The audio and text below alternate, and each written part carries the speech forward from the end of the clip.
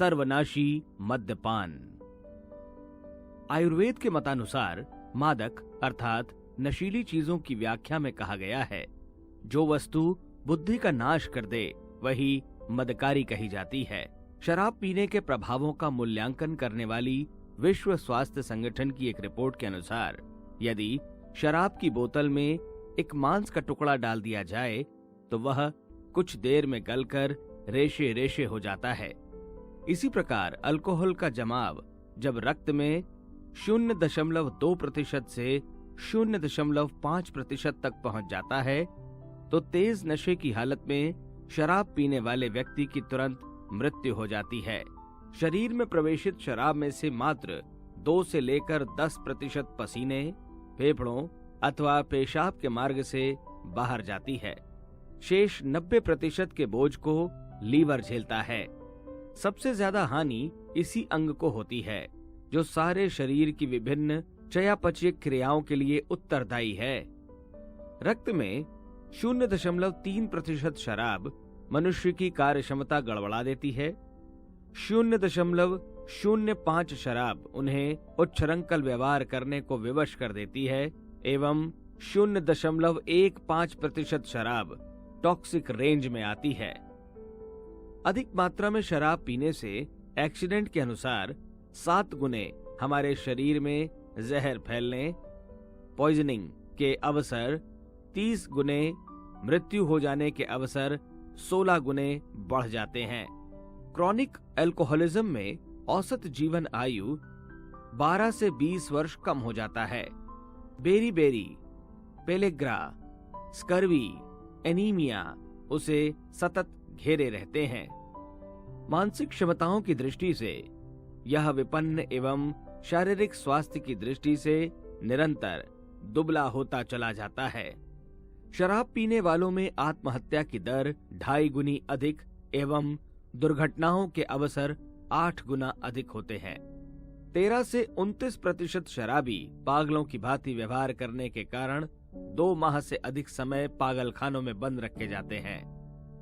अपराध की दर ऐसे समुदाय में 46% बढ़ जाती है एवं ऐसे परिवारों में तलाक भी 8 गुना अधिक होते हैं।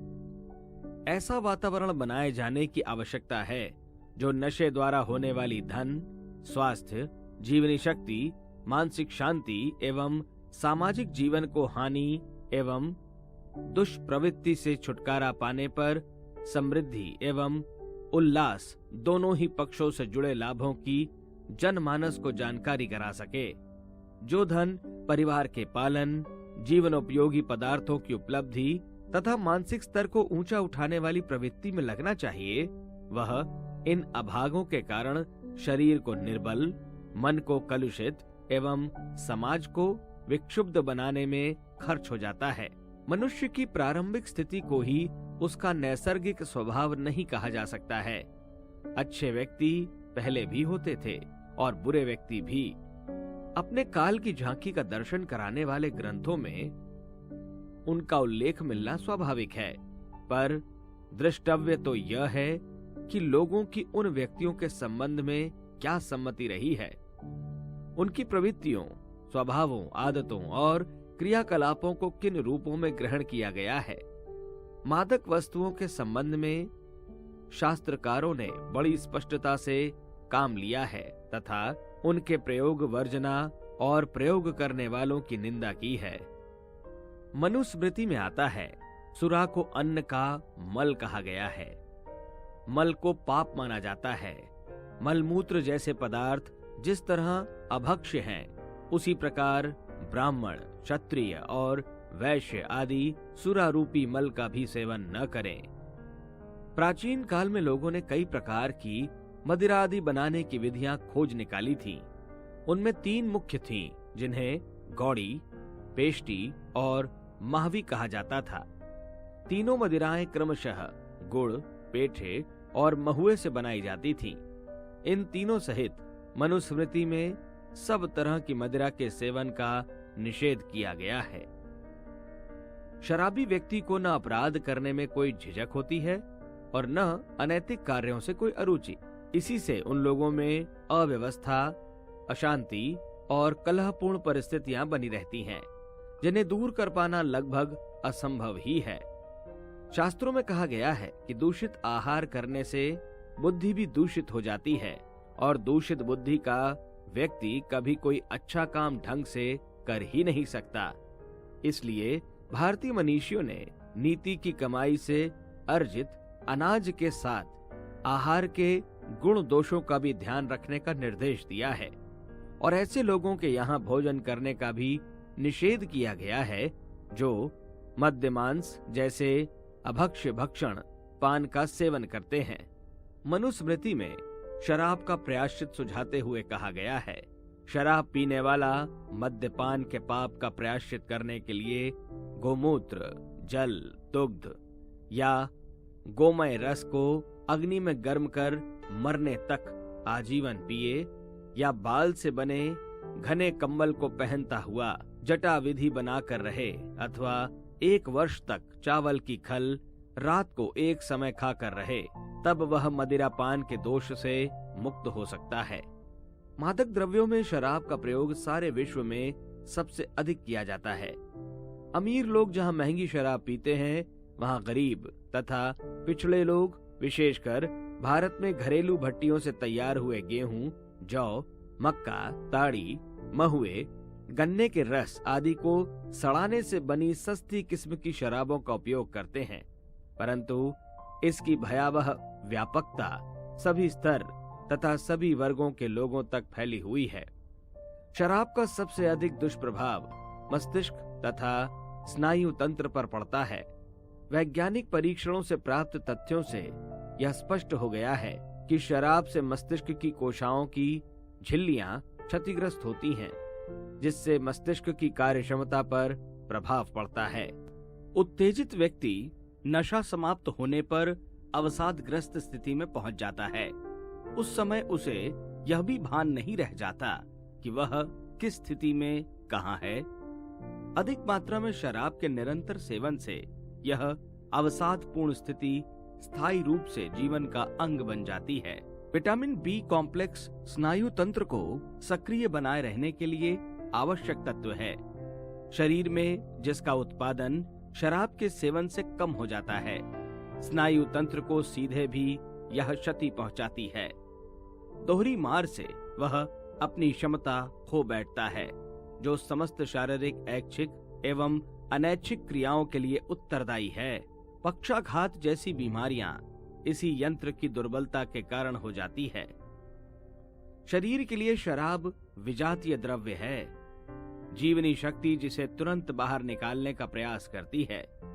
फिर भी उल्टी पेशाब तथा पाखाने के द्वारा निकल जाने के बाद भी बची शराब का 20% भाग इसी बीच रक्त में सीधे ही मिल जाता है तथा 80% भाग पाचक रसों के साथ घुलता हुआ कुछ देर में ही रक्त के साथ सारे शरीर में परिभ्रमण करने लगता है।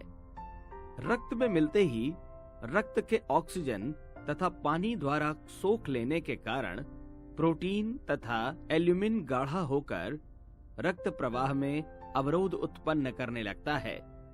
शरीर जहां एक ओर पोषक तत्व कम मिलने से कमजोर होता है, वहीं विकार एकत्रित होने के कारण समय समय पर भयंकर रोगों से आक्रांत होता है। शराब के द्वारा स्नायु तंत्र तथा मस्तिष्क के अतिरिक्त सबसे अधिक प्रभाव पाचन तंत्र पर पड़ता है। शराब अल्कोहल के पेट में पहुंचते ही पाचक रसों का स्राव होना कुंठित हो जाता है, जिसके कारण पाचन क्रिया धीमी पड़ने के साथ साथ वायु विकार बढ़ता तथा खून बनने की क्षमता घट जाती है। शराब से जिगर भी कम प्रभावित नहीं होता। एक ओर जहां शराबी मानसिक दृष्टि से सनकी, विक्षिप्त एवं जीवन संघर्षों में असंतुलित मनस्थिति वाला सिद्ध होता है, वहीं शारीरिक दृष्टि से कमजोर रहने लगता है। वजन घटने, भूख मर जाने, सुबह सुबह उल्टियां होने जैसे कष्ट उत्पन्न हो जाते हैं। शराब जैसे मादक द्रव्यों का प्रयोग मानव जाति के लिए हर प्रकार से समस्याएं ही उत्पन्न करने वाला है। दैनिक जीवन की कठिनाइयों तथा तनावों से मुक्ति पाने के लिए इसका प्रयोग तो मृग मरीचिका ही सिद्ध होता है। इतना जानते समझते हुए भी नित्य अनेकों व्यक्ति शराब के चंगुल में फंसते, कमाई खोते और व्याधिग्रस्त होते देखे जाते हैं। यह एक प्रकार का ऐसा मायापाश है जो बरबस व्यक्ति को शराब खाने खींच ले जाता है और उसके स्वतंत्र चिंतन को कुंठित कर देता है। शराब वस्तुतः एक भयंकर अभिशाप है, फिर भी लोग चोरी छिपे बनाते और सरकारी ठेकों से खरीदकर पीते और अपना शौक पूरा करते हैं। शराब से कितने लोग बेमौत मरे, बर्बाद हुए, कितने परिवारों का अमन चैन चला गया, इसके आंकड़े तो नहीं हैं, किंतु अनुमान है कि प्रत्येक 100 व्यक्तियों के पीछे 15 व्यक्ति शराब पीते हैं, अर्थात 7 करोड़ भारतवासी शराब पीते हैं और उसमें से लगभग 20,000 व्यक्ति प्रतिवर्ष रोगों से ग्रसित और इतने ही मौत के मुंह में चले जाते हैं और लगभग 1 लाख व्यक्ति शराब पीकर जघन्य अपराध, हत्या, डकैती, चोरी, जुआ, व्यभिचार आदि में संलग्न रहते हैं। अवैध शराब गुड़ व शीरे से बनाई जाती है, जिसमें मिथाइल अल्कोहल, इथाइल अल्कोहल, शुद्ध spirit, French polish, chloral hydrate, sulphate, nitrate of ammonia, copper, तांबा, सल्फेट, जिंक, कंपाउंड जस्ते का लवण आदि पदार्थ मिलाए जाते हैं।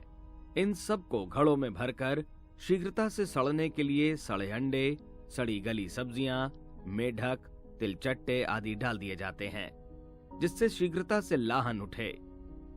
इसमें बदबूदार कीड़े बुजबुजाते रहते हैं और मिथाइल अल्कोहल तेज जहर पैदा हो जाता है, जिसके कारण नौसिखिए शराब बनाने वाले अनेकों मौतों का कारण बनते हैं। सस्तेपन के प्रलोभन से गरीब लोग प्रायः रंग वार्निश या स्टोव जलाते समय काम आने वाली स्पिरिट पीकर शराब का आनंद लेते हैं। तात्कालिक नशा होने की बात तो उससे बन जाती है, पर यह भुला दिया जाता है कि यह जहर है। अन्य जहरों की तरह उसका सेवन भी आंशिक या पूर्ण मृत्यु का कारण बनता है। ऐसे समाचार आए दिन अखबारों में छपते रहते हैं, जिनसे प्रतीत होता है कि इस जहरीली शराब के पीने से एक ही समय में एक ही स्थान पर किस प्रकार सैकड़ों मौतें हो गईं।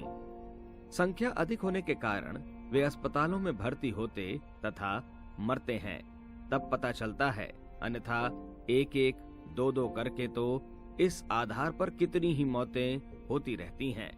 स्पिरिट पीने पर नशा तो साधारण शराब जैसा ही होता है, परंतु धीरे धीरे इसकी विषाक्तता का कुप्रभाव पीने वाले के केंद्रीय स्नायु तंत्र पर होने लगता है और दृष्टि स्नायु तंत्र भी नष्ट होने लगते हैं।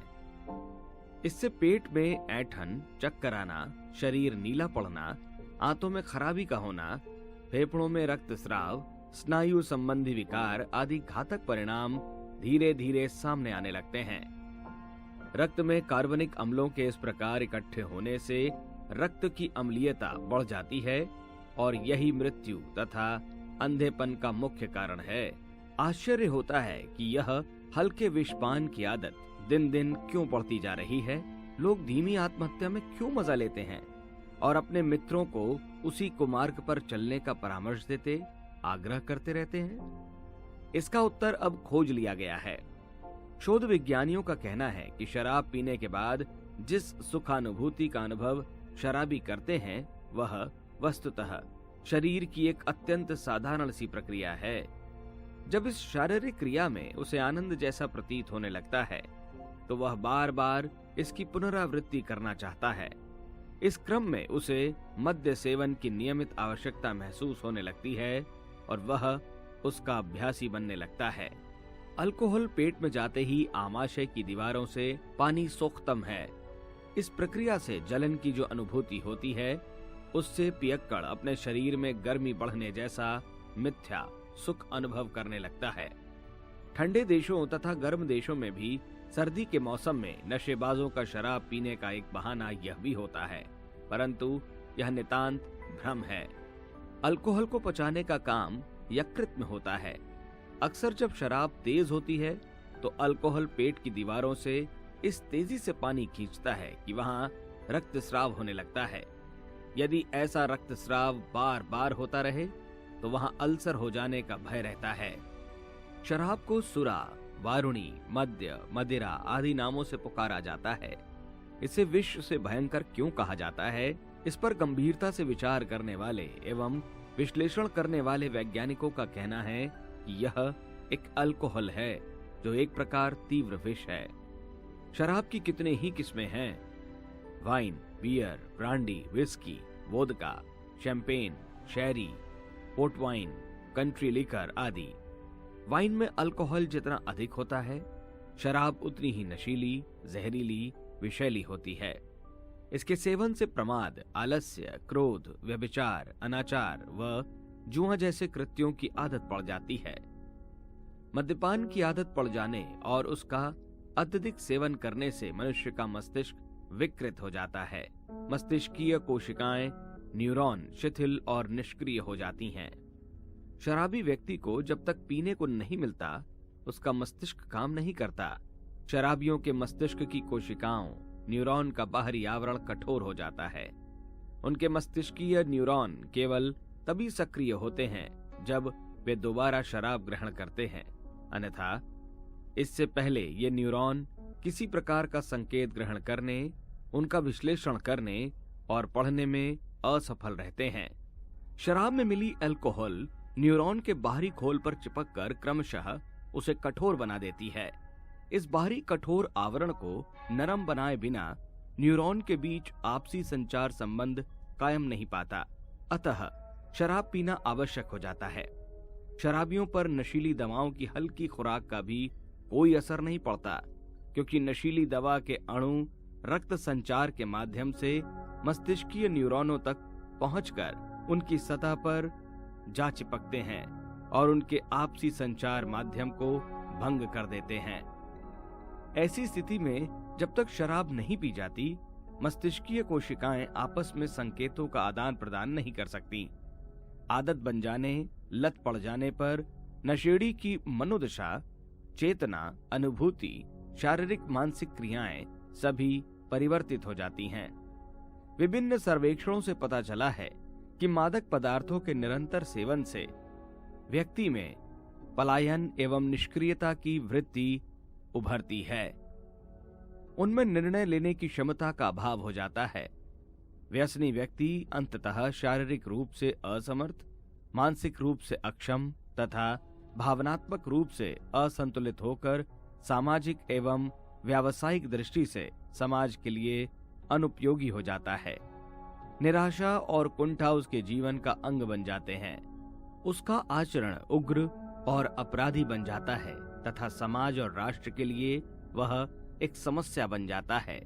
कई लोग यह मानते हैं कि शराब दवा का काम करती है और उसमें कई औषधियां मिली रहती हैं जो स्वास्थ्य को लाभ पहुंचाती हैं।